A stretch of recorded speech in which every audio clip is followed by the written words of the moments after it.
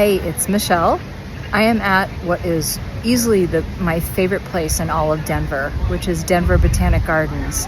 And I'm here because when I think about gardening and I think about plants, one, they're beautiful, but two, it's where I really learned how to really be with each of the 6 fundamental movements that I talk about in my blog this month. So the fundamental movements are these movements that we start even when we're in vitro that help us, that help our development. It's part of just how we relate with the world and with ourselves.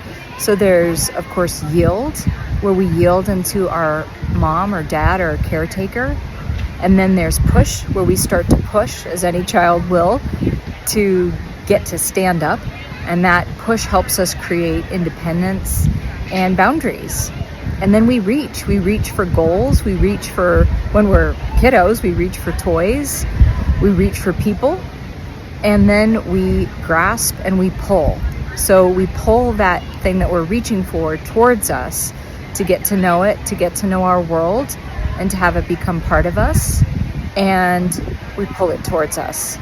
And then we release it when we're done. Kiddos, when they're done with a toy, they'll sort of unceremoniously toss the toy aside. And in many ways, that release is where we come back to yield, where we come back to relaxing, we come back to rest. So for me, as I mentioned in my blog, the hardest thing for me is I tended to over push throughout my life. I learned that really early on in life, but it's through gardening, it's through plants that I learned how to relax my push and yield.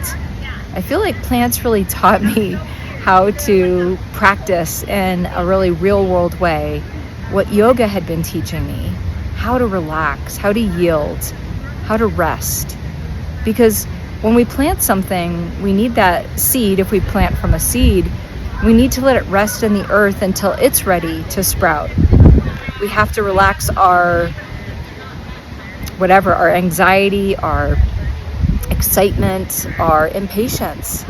And so I really feel that gardening and nature, but specifically gardening where I get to have a relationship with nature, really helped me learn how to stop over pushing and yield, and then push a little bit by giving the plant everything it needs, and enjoying watching plants then reach for the sky, reach for the sun, and finally grasp and pull that experience once the plant flowers. It's just, I really love it. I feel like gardening and plants have really taught me so much about how to really move easily through that satisfaction cycle, otherwise known as the fundamental movements. So I'm going to keep enjoying the gardens and make sure you read my blog. Namaste.